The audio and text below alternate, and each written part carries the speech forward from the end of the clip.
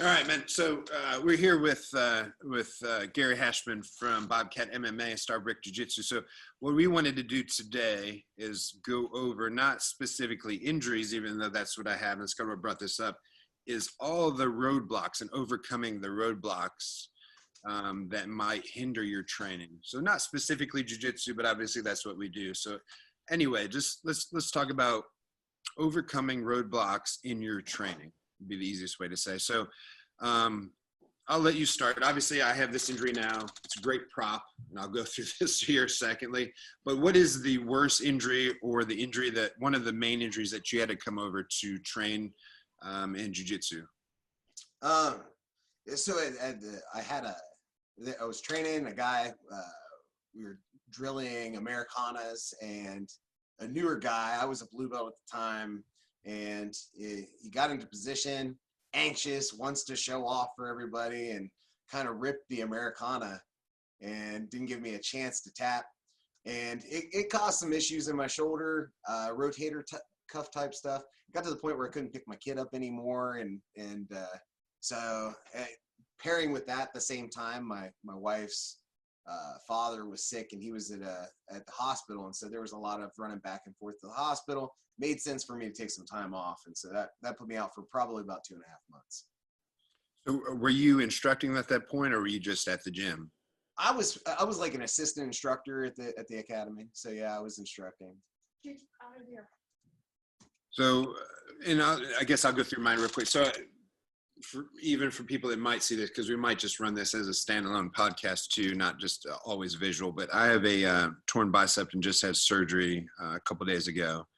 So obviously I can't use my left arm right now. It's a problem, right? So anyway, and that's kind of what brought this up. So one of the things that I want to talk about, or we want to talk about together, is, look, and this is, actually, let's talk about this. So one of the things we talked about before we got on here was, one of the hardest things about getting ranked in jiu-jitsu is not jiu-jitsu, right? Jiu-jitsu is hard, but it's all the other things that happen between your ranking, right? So let's just talk, to make it simple, let's say white's a black belt. Why is it so hard to get a black belt? It's not that Brazilian jiu-jitsu is that hard. It is, of course. But it's all the things that happen in between. Losing your job, switching jobs, moving, switching girlfriends, losing girlfriends, getting divorced, injuries, right?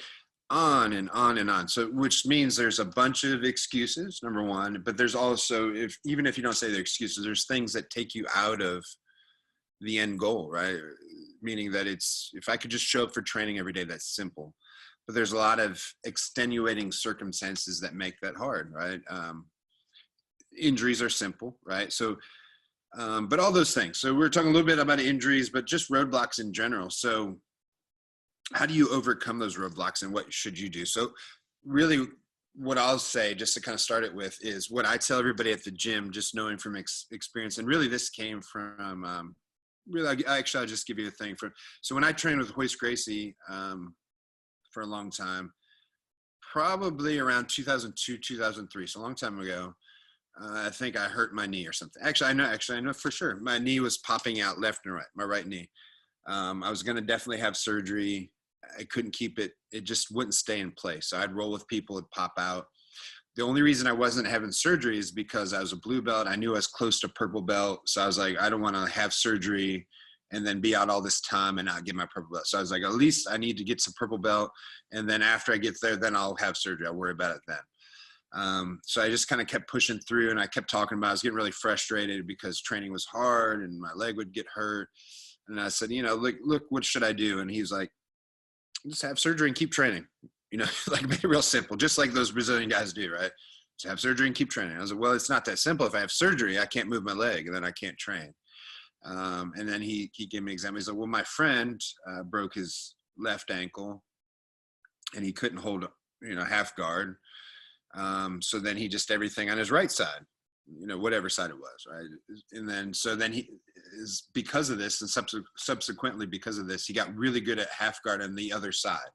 So he's like, don't quit training, just adapt and get better. He's like, look at it as an opportunity to get better at something that you're not good at now. Because if you can't do things with that side, you'll get better at something else. So since that time, that was 2002, I've kind of lived by that advice. Now there's times that I can't do that, but in general, the same thing. So I have a torn bicep right now. So what am I thinking? I took the week off to listen to my doctor, but when I go back, this happened boxing, even though I do jujitsu. Jujitsu is going to be tough because I can't move that arm and it's in a cast and whatever. I'll probably do some jujitsu with people that aren't trying to kill me, but I'll probably go kickbox. And that sounds stupid, right? Because I don't have an arm that can protect my head. But what I'm thinking is I can still throw kicks, right? I got a bad arm. And so I'll go with people that aren't going to take my head off because I can't guard my head. And I've got good training partners. So instead of doing nothing, I'm going to do something. And why this is important is really what Gary and I want to talk about today.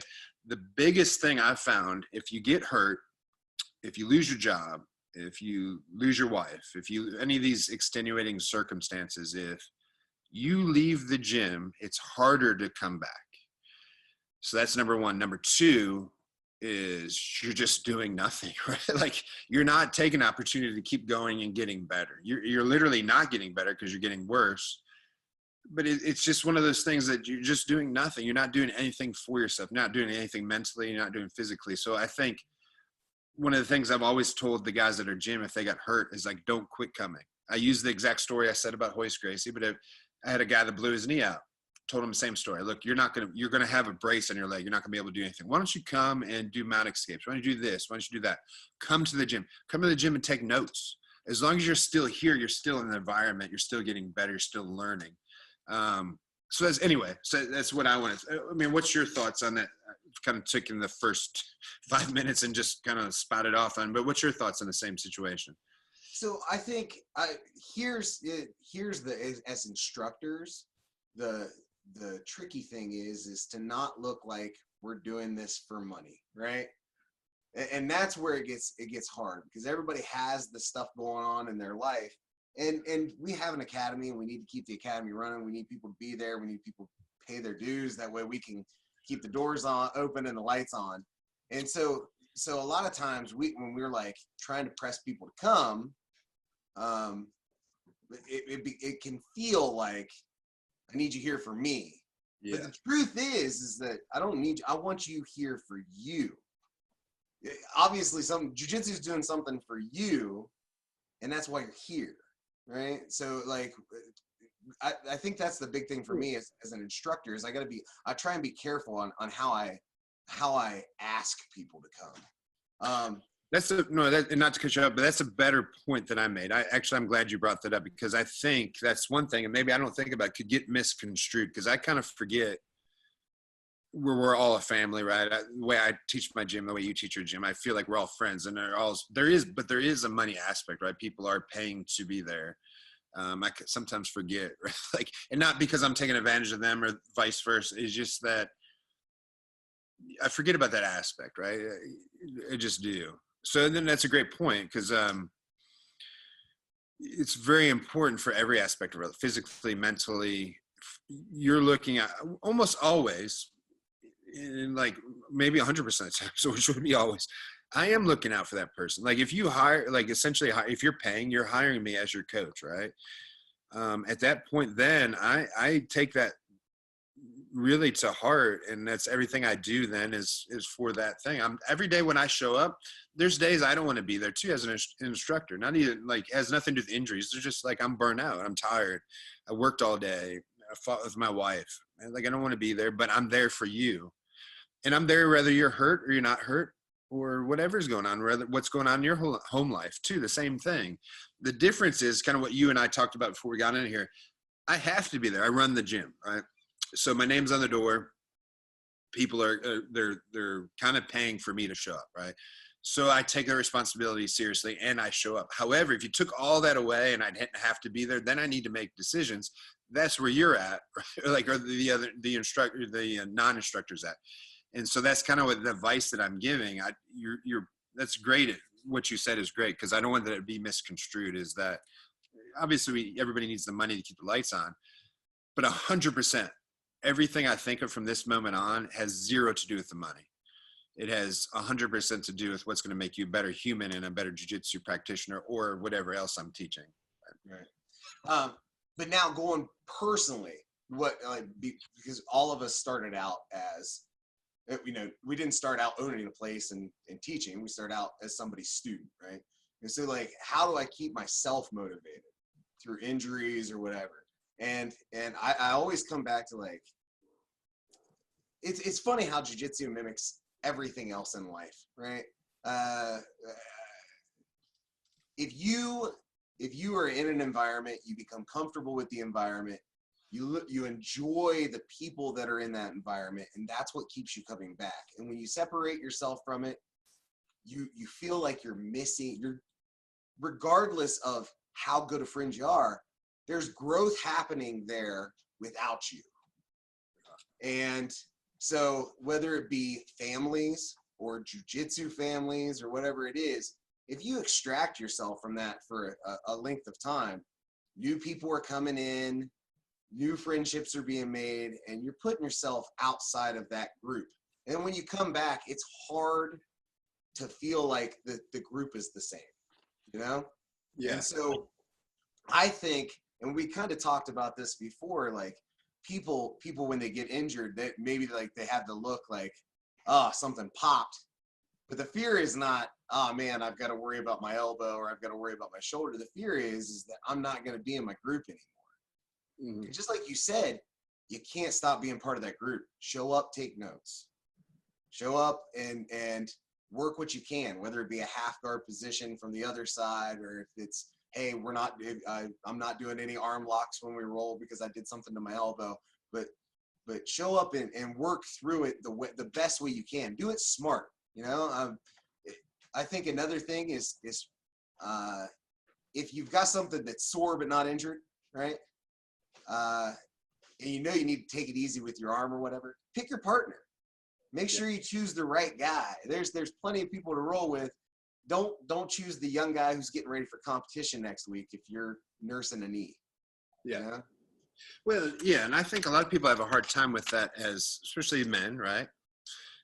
Meaning that they might feel less than a man or not as strong if they're like, hey man, I'm injured, I need you to take it easy, right? And so then they feel kind of weak. Like there's all ways that you can voice that doesn't make you sound weak. And honestly, you don't sound weak. If true, like the groups that we're in, especially our gyms, because I know yours and I know mine, we're all friends. Like nobody's taking that serious. Like if you come in and say like I'm hurt, like there are outliers, meaning there are people that come in and they're like my right arm's hurt, can you take it easy on me? And the next thing you know, they're going 100% and they're trying to kill you, right? That does happen. Like, but here's the thing, you should know those people. There's going to be people like that. Doesn't mean that I have people at my gym that are like that, and they're great people. But for whatever reason, that's how they are in training. So I know that doesn't make them less of a good person. I just know that if so-and-so says, hey, my right hand's hurt, can you take it easy? He's not taking it easy. He's still coming 1,000%. So then I know I won't take him as seriously, right? Like, or I'm just going to skip him today. And that's okay too. I'll say, hey, you know what? We're good today. And I don't even have to be weird about it. But I know, somebody else, blah, blah, blah, right? Meaning that they like, if somebody came to me and said, my right knee's hurt, most people in the gym, like for example, at my gym, I have a couple guys, one of the guys, Rick, he's hurt a lot just because he does a lot of other things. He does some motocross racing. He just does a lot of weird stuff that he gets hurt. So he'll come in and you can physically tell he's hurt. But the way he does things is he'll just say, hey, my right knee's hurt. If something hurts, I'll just tap. So that way he's telling you, don't even worry about it. That way you don't have to worry about it. You know what I'm saying? And then I can look at him sometimes. I'm like, man, you're hurt, man. Are you okay? That's fine. And then I just take it easy. Like, it's not like I don't need to go 1,000% with somebody, right? The other thing is too, I could pick a position, and that's what you probably should do. Let's say that maybe I can't hold half guard because my knee's jacked up on that side. So maybe I'll try half guard on the other side, or I'll just do kind of like that. Like, hey, if something really bothers me, I'll just let you know and I'll quit. I'll try to make sure not to. I think the biggest thing is with us, right? There's a winner and loser. So meaning that you tap out, you lose. And I'm trying to make you tap out. You're trying to make me tap out. And that's where the problem comes, because you don't want to beat somebody and then say, well, maybe somebody says, well, you just tapped me out because I couldn't move, right? And that's an ego thing. But you've really got to be, man, we've got to navigate through training where it's not like that, right? I need to navigate through training where really I'm actually probably tapping out more than average, right? And it's hard. We all have ego, especially as instructors. I don't want to come in and lose to white belt, blue belt, purple belt, right? I'm the guy, right? I don't want that to happen. But if I'm putting myself in enough bad positions and I'm actually training, I'm trying to learn, it should happen. You're right. I don't want it to happen. It's okay to not want it to happen. I think that's okay too. You have to say it's okay to not want it to happen. But if it does happen, you also need to accept it, right? And not belittle the person that did it, meaning that after it happens, I don't have to say, well, you only beat me because of this. I was like, hey, man, you did good, man. And just leave it at that. Like, if I'm putting myself in that position, I'm there to learn. We all need to be okay with that, right? And I guess it's part of one of the things I wanted to bring up, and I don't have a great way to put it, but it's just about framing the opportunity, meaning that there's ways I can put everything. Like, I could go to you, Gary, and I could say, man, you're really good at passing guard. You know, man, you're one of the best passers. So how about I put you in my guard and you try to pass and I'll try to stop you. But I've already framed it into a way that I'm telling you, you're awesome. I expect to lose. So that took some pressure off me if I do lose, right? Like, and then I don't have to be weird about it, right? Like, you know what I'm saying?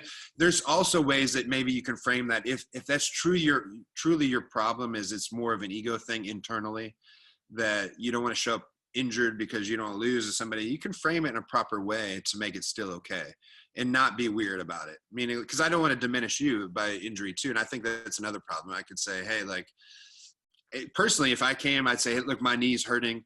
Don't worry about it. Let's roll. If it hurts, I will just stop. You're really good. I don't want to miss this opportunity or something. I don't know. Maybe that's not the best way. And that's part of it too. Like, you got to know yourself, and don't. Everybody talks about. I've heard it multiple times that jujitsu. There is no lying in jujitsu, right? And usually when we think about that, we're thinking about like your skill versus my skill. We drop our belts. We can figure out who is better, right? Yeah. We don't. It doesn't matter black belt, brown belt, blue belt, whatever. If we all 100 of us get into a room and we roll for 2 hours, we know where everybody should line up on the wall. It's pretty simple. But the other thing is like, because there's truth in it, right? There's truth in jiu-jitsu, and you can't fake it. You can't hide, yeah. Right, yeah, there's no hiding. And it's the same thing with injuries. It's going to show itself. Yeah. So be honest about it. But like, when you're rolling, if it hurts, there's nothing wrong with tapping. That's how we get better, right? And if you're rolling and you've got an injury, then be ready to tap a little bit quicker. Understand that's part of it. You can't, don't try and fool yourself into thinking it's something that it's not.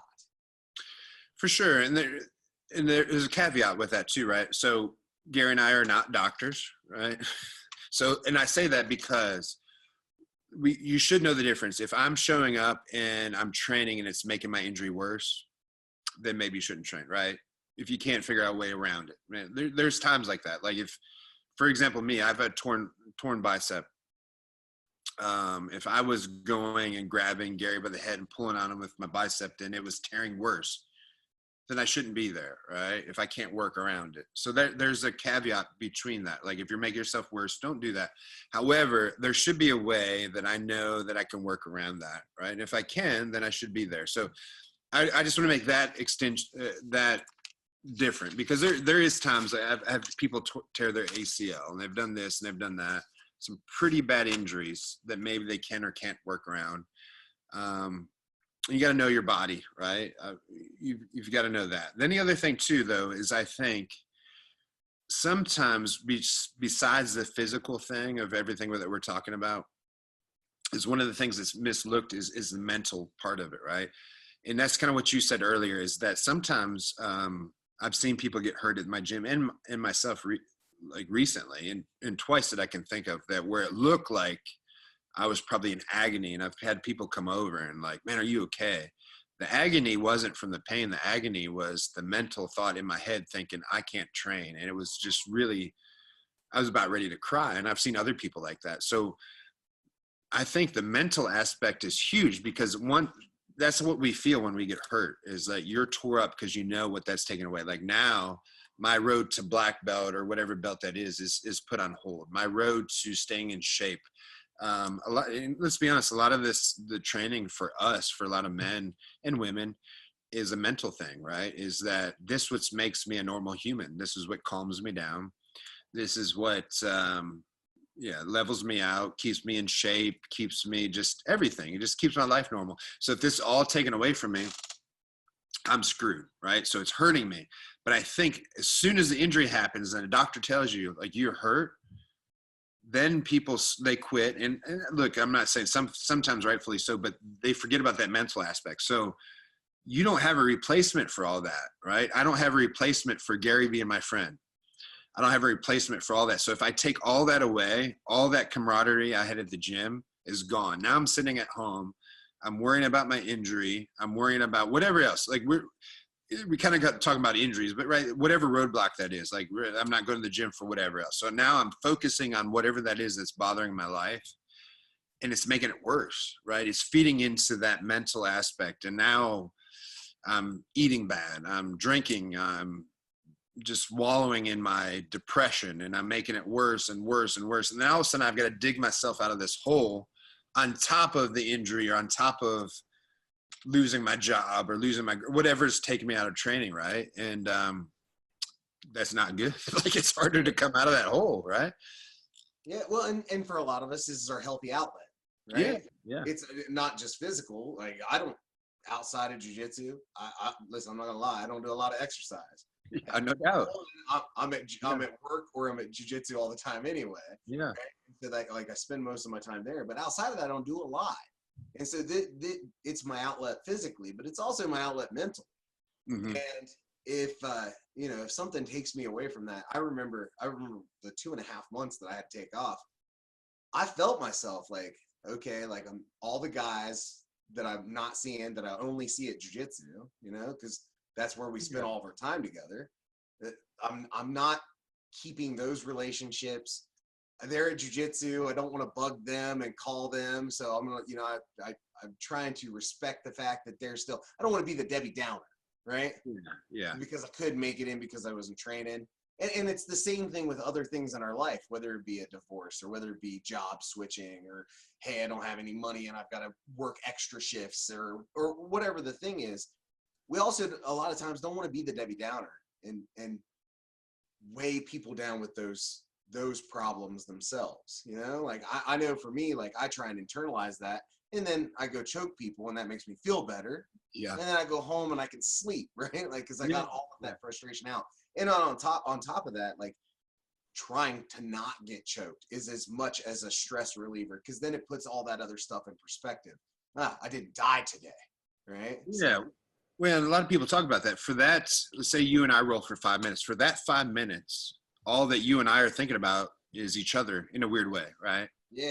Not to be weird about it, but honestly, like I'm either thinking about choking you or not choking you, or arm barring you or not arm barring you, and vice versa, right? Or not getting submitted for 5 minutes, right? Whatever that is, we're totally consumed with that 5 minutes of man-to-man combat, right? And sometimes I think people make fun of that in a weird way, right? People that don't do what we do. But I think it's beautiful, right? Because it's almost like meditating in a weird way, right? It's meaning I throw literally everything out that happens in my day-to-day life, in my personal life, in my whatever it is. It's out the window. All I'm thinking about is that, few seconds, couple minutes of what I can do, what I can't do. How do I escape this? How do I not escape this? So if you put me in a bad position, I am trying not to lose. I'm trying not to get submitted, but I'm, and then can I get out? So I'm focused on that. Do I get out? If I get out, do I now get in a dominant position? The whole thing is just, it's beautiful, right? So I get to express myself. You get to express yourself. Even if I'm not even if I'm doing bad, where I'm not really being, like we talked about earlier, like an artist, right? I'm not really being able to show what I'm truly about. I'm fighting for everything I have, which is also beautiful because I'm not a loser, right? I'm not giving up. I'm giving everything I got until the bitter end, which is beautiful. And it's good for my mental being. So at the end of the day, everything that bothered me, it doesn't matter. You know, I could take that small victory or even that defeat, and I could say I fought my ass off. That's everything I had. All that happened was Gary's a little bit better than me. And that's okay, because what I need to do right now is get better. I don't think like, shit, like Gary's better than me and my life sucks. What I think is I could say, well, Gary's better than me. What did he beat me at? Oh, I need to get better at this. And it gives me something to do. Right. And it keeps me on track. And that's a big part of it too, right? Is if we have something that pulls us away from jujitsu, like one of the funnest things for me is like if I get beat with something, Mm-hmm. I want to know more about it. Yes. And then I study it. And now I have the opportunity to grow. Yeah. Right. And now if you remove yourself from jujitsu because of injury, family, work, whatever it is, and you pull yourself completely away from jujitsu, all of those growth opportunities in jujitsu are gone now. Mm-hmm. And it's you know, I don't know, I can't equate it to playing golf. I can't equate it to playing, because really jujitsu is the only thing that's extracurricular that I do outside of job or whatever, as a hobby or whatnot. But it's where I get to grow outside of regular life, you know?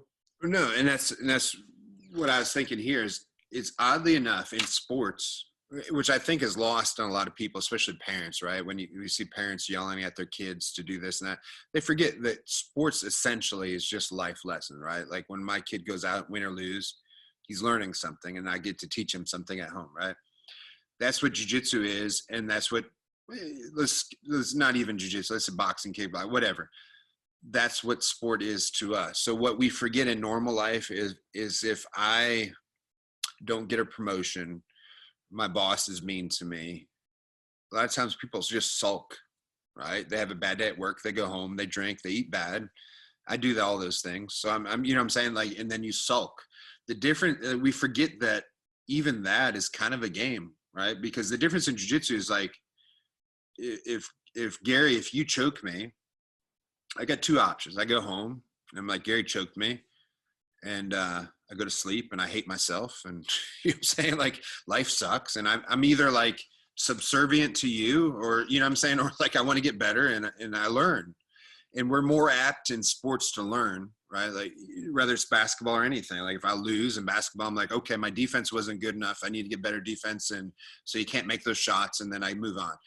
And I think sometimes in normal life, in everyday life, roadblocks, as we're saying, people forget that because it's normal life. And you say like, oh, man, my job was terrible to me. My boss was terrible to me. My wife was terrible to me. And you just go home and you take that out by eating bad and making poor decisions. And then, you know, all these things, but you're not looking for the answer, right? Which is what we talked about earlier is I think what jiu-jitsu does for us, and boxing and kickboxing and MMA, is that you find an answer, right? Like I don't lose, and then because I'm always looking for something to work on, but I think sometimes in life you forget that you're looking for something to work on. So if my wife is mean to me, why is she mean to me? Was I mean to her first, right? Did I not respond correctly to whatever you know what I'm saying? Like here's the problem, what's the solution? There's never like, this person is an asshole. Look, everybody in life is like, there's problems, right? And everybody that I meet likes me. Not everybody that I meet is my same personality, right? So I got to find the common ground. So if I show up and the guy doesn't like people that are 6'6" like me, there's going to be people that don't like big people. Like honestly, and that's a joke, but there is people that don't like me because they're intimidated by me, or there's women that don't like me because of this, right? There's people, there's things that they don't make sense in my life, right? Instead of like, I need to find an answer. And so luckily for us, like that's black and white in what we do. When we show up to the gym, you're finding an answer. But I think sometimes in regular life, we forget that is the goal for everything we do, is finding an answer. Like if you showed up to work today and every client that you had just hated you, because you had a bit, right? Like you could go home and be like, man, I suck at life. And then that's the end of your, you know what I mean? Like, and then you sulk and you just compound that situation and keep it getting worse. Or you're like, what did I do wrong today? What do I need to do to be a better person? And then you figure those things out. And I think that's the great thing about what we do, is that brings that all up to us. Like, I don't have the option of showing up. Look, I do, I guess. I could show up as Jitsu or boxing or kickboxing, MMA every day and just suck. And I could be like, I just suck. But I probably wouldn't show up every day. Like, so at some point I make a decision. Okay, I suck because every time I throw this punch, he hits me with this. Therefore, I need to get better at this. Every time I do this, he sweeps me in jiu-jitsu.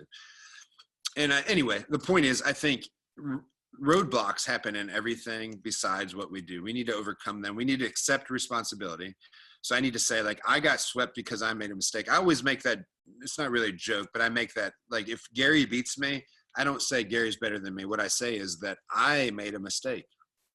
And that's true, right? It literally actually kind of is true, that you're still better than me, but it still means that I made mistake A, B, and C. I need to quit making those mistakes until ultimately you need to beat me a different way, or we go to a draw, or I beat you, right? Like, it's kind of the decisions we make, but we need to extend those a little bit past what we do, I guess, more into life, you know what I mean? I guess. And so that's the way I think we can take all this stuff, overcome roadblocks is what we're saying, but don't stop training, don't stop learning, overcome the things, accept responsibility, and then kind of move on. I guess I'm kind of, I feel like in some way I'm kind of getting off subject on the thing, but well, and I mean, it's sort of nuanced anyway. Like yeah. There's millions of reasons why people don't come to jiu-jitsu. There's millions of reasons why people don't continue in training, right? And really, it does come down to ownership over what you truly feel, what your true injuries are, what your true limitations are, what's stopping you from continuing, right? And I can't do that for somebody else, and somebody can't do it for me. I can give advice, but it's ultimately up to the individual to own that, you know? One of the things that I can try and do as an instructor to help somebody overcome and be honest with themselves is to present them with the opportunity to grow. One of the things, like during warm-ups and stuff, you know, it used to be like, hey, if there's 10 people here and we're doing warm-ups, we'll do like squats, and everybody does a 10 count, so that's 100 squats. Or it would be whatever it was. But I actually got to the point where I was like, I like doing minute things better. So we'll do it, I'll set it for a minute, because not everybody's going to do 100 squats.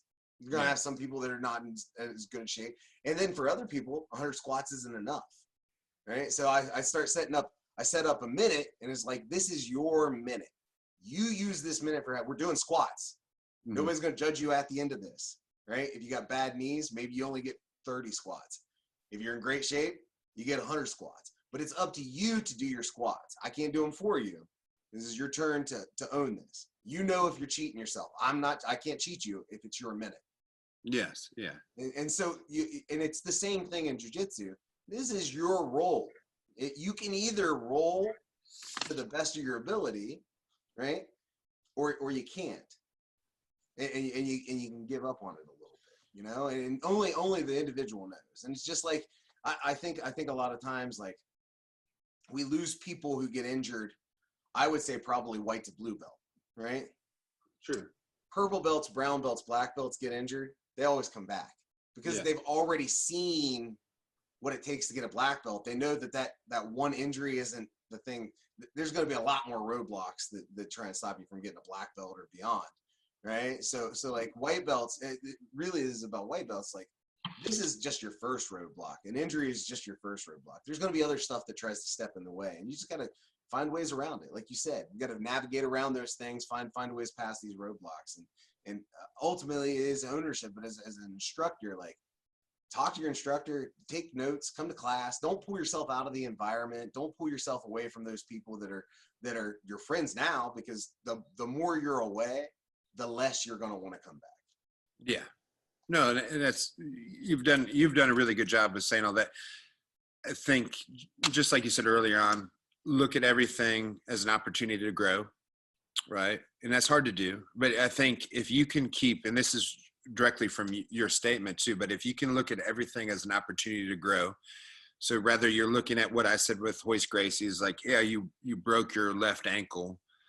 Why don't you do everything on the other side and get better, right? It's an opportunity to grow. I hurt my arm. Okay, why don't you use your other arm and or your legs or, you know what I mean? Look at an opportunity to grow. I think that's the best way to end it, really, because I was. Go ahead. I was going to say, I'll just steal from Jocko Willenick, the good, right? Yes, that's the best YouTube video ever. Or oh my gosh, watch that! Just watch that. Yeah. So okay, so you broke your arm. Good. Yes. What do you mean good? Well, this gives you're not dead. Yeah. So it gives you an opportunity to change something else, train something else, do something else. Reload, recalibrate. Kick some ass, right? No, it's good because that's the thing. I was going to go down a road, and I thought earlier, I was like the blue belt curse, right? Like why people, and I was like, no, that could be like a 2-hour talk of itself if you do that. So no, I think that's perfect.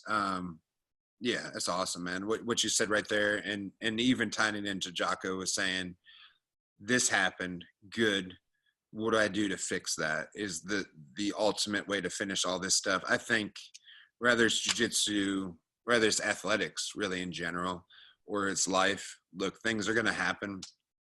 They're going to knock you down. They're going to kick your butt. What do you do to fix those? And I think it's okay too. Look, like some things depress you and things make you feel bad and things get you down. I think it's okay to feel those things too. Just limit them, right? Like that's the other thing. Like take your time. Understand that it hurt, you know, if that's the thing, even hurt mentally more than physically. Rather, you lost your job, you lost your girlfriend, you're hurt physically. Take the time to process that information. Hopefully it doesn't take that long, a couple days, a week, and then get back at it, because what we lose mentally is probably just as maybe more important than physically, right? I think that's understated. I don't want to go all the way into all that stuff either, but look, I know that if I sulked and complained and I didn't find out a solution, that's going to be the ultimate thing I think we all need to do, is that when there's a problem, just like Jocko says, like, just, okay, that happened. All right, good. What is the solution? Right. And then work towards that solution. That's going to help you mentally. It's going to give you something to do day in and day out and keep you focused and get over all those problems. And then I'm also like, look, man, I don't want to lose my friends. They're going to be there for me, but look, man, I should be there for them too. Like they're going to be there for me during my injury. They're going to be there during my problems. I should also be there for them. Like, you know, cause I want to return the favor. Like if I'm hurt and they help me train, when they're hurt, I want to help them train. And then we'll all be there for each other, and we'll keep moving on. And this will help us in everything that we do in life, I think. Ultimately, look, man, everything we do in the gym, we can use to life, man. Like, you know, I want you and I want me and I want all my friends to be better people, right? So hopefully this is just another conduit for everything that we do in our life, that we can be better. We can be better at home. We can be better for our friends. We can be better at the gym. We can be better for our so-called students or members, and vice versa, right? So anyway, yeah, man, that's awesome, man. Do you have anything to finish it up? No? Got it. Everything you said is right. Hopefully. Yeah, so awesome, man. I appreciate it. So that was awesome, man. Thank you for everything, and hopefully we'll probably do this again, hopefully in different clothes next time. Yeah. I know it sounds weird because nobody knows what we're talking about, so hopefully we'll do a different one, different clothes. Yeah. Awesome, man. Thanks for sharing time with me, Butch. All right, thank you, man. All right, man, you and your wife have a great evening, man. I appreciate it. I'll end it for real this time, okay? All right, thanks, buddy.